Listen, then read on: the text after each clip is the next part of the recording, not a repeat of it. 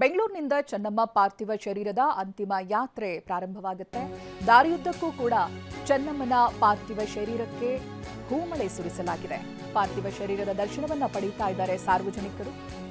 ದಾರಿಯುದ್ದಕ್ಕೂ ಕೂಡ ಗೌಡ್ರ ಕುಟುಂಬ ಅಂತ ಹೇಳಿದ್ರೆ ಬಹಳಷ್ಟು ಜನ ಅಭಿಮಾನಿಗಳಿರ್ತಾರೆ. ರಾಜ್ಯದಿಂದ ಒಂದು ಸ್ಥಳೀಯ ಪಕ್ಷವನ್ನ ಕಟ್ಟಿ ಅನಂತರ ಪ್ರಧಾನಿಯಾದಂಥ ಕುಟುಂಬ ಅಂತ ಹೇಳಿದ್ರೆ ಬಹಳಷ್ಟು ಜನ ಅಭಿಮಾನವನ್ನ ಇಟ್ಕೊಂಡಿರುವಂತ ಜನ ಇರ್ತಾರೆ. ಅವರೆಲ್ಲರೂ ಕೂಡ ದಾರಿಯುದ್ದಕ್ಕೂ ನಿಂತು ಚೆನ್ನಮ್ಮನವರಿಗೆ ತಮ್ಮ ಅಂತಿಮ ಗೌರವವನ್ನ ಸಲ್ಲಿಸಿದಂತ ಕ್ಷಣ ಇದು. ನೋಡಬಹುದು, ದಾರಿಯುದ್ದಕ್ಕೂ ಕಿಕ್ಕಿರಿದು ಸೇರಿದ್ದಾರೆ ಜನ. ಅಂತಿಮ ಯಾತ್ರೆ ಸಂದರ್ಭ ಬಹಳಷ್ಟು ಜನ ಕೈಯಲ್ಲಿ ಹೂವಿನ ಮಾಲೆಯನ್ನ ಹಿಡಿದು ನಿಂತಿದ್ದಾರೆ. ಅರ್ಪಿಸೋದಕ್ಕೆ, ಆ ಮೂಲಕವಾಗಿ ಗೌರವ ಸೂಚಿಸೋದಕ್ಕೆ ಭದ್ರತೆಯನ್ನ ಕೂಡ ಚೆನ್ನಾಗಿ ನಿಭಾಯಿಸ್ತಾ ಇದ್ದಾರೆ ಪೊಲೀಸರು.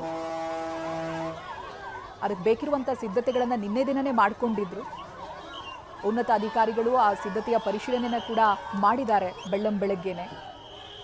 ಇದೀಗ ದಾರಿಯುದ್ದಕ್ಕೂ ಅಂತಿಮ ಯಾತ್ರೆಯ ಸಂದರ್ಭ ಸೇರಿರುವಂತ ಲಕ್ಷಾಂತರ ಜನ ಅಭಿಮಾನಿಗಳನ್ನ ಗಮನಿಸ್ತಾ ಇದ್ದೀರಿ ನೀವು. ಚೆನ್ನಮ್ಮ ಅವರಿಗೆ ಗೌರವವನ್ನ ಸಲ್ಲಿಸೋದಕ್ಕೆ, ಅಂತಿಮ ನಮನವನ್ನ ಸಲ್ಲಿಸೋದಕ್ಕೆ ಸೇರಿರುವಂತ ಜನ ಇವರು. ಚೆನ್ನಮ್ಮನ ಬಗ್ಗೆ ಬಹಳಷ್ಟು ಜನ ಅವರನ್ನ ಭೇಟಿಯಾದವರು, ಬಹಳ ಹತ್ತಿರದಿಂದ ಬಲ್ಲವರು, ಅವರ ಕುಟುಂಬವನ್ನ ಬಲ್ಲಂತಹ ಬಹಳಷ್ಟು ಜನ ಮಾತನಾಡಿದ್ದಾರೆ.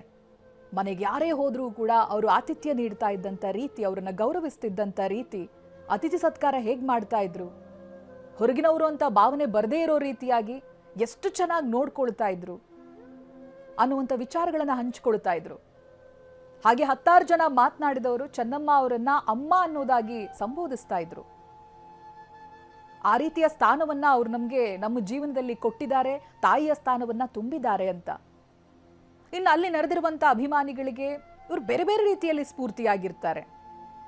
ಕುಟುಂಬದ ಸೊಸೆಯಂದ್ರು, ಮೊಮ್ಮಕ್ಕಳು ಇವ್ರುಗಳೆಲ್ಲ ಮಾತನಾಡ್ತಾ ಇದ್ದ ಹಾಗೆ ಅವ್ರ ರೀತಿ ಬದುಕೋದು ಬಹಳ ಕಷ್ಟ. ಅತ್ತೆ ಬಗ್ಗೆ ಸೊಸೆಯಂದ್ರು ತುಂಬಾ ಚೆನ್ನಾಗಿ ಮಾತನಾಡೋದನ್ನ ಕೇಳಿಸ್ಕೊಳ್ಳೋದೇ ಅಪರೂಪ ಈಗಿನ ಕಾಲದಲ್ಲಿ. ಅಂಥದ್ರಲ್ಲಿ ತಾಯಿಯ ರೀತಿಯಾಗಿ ಪ್ರೀತಿ ಕೊಟ್ಟಿರೋದನ್ನ ಖುದ್ದು ಅವರ ಮನೆ ಸೊಸೆಯಂದ್ರು ಮಾತನಾಡ್ತಾ ಇದ್ರು.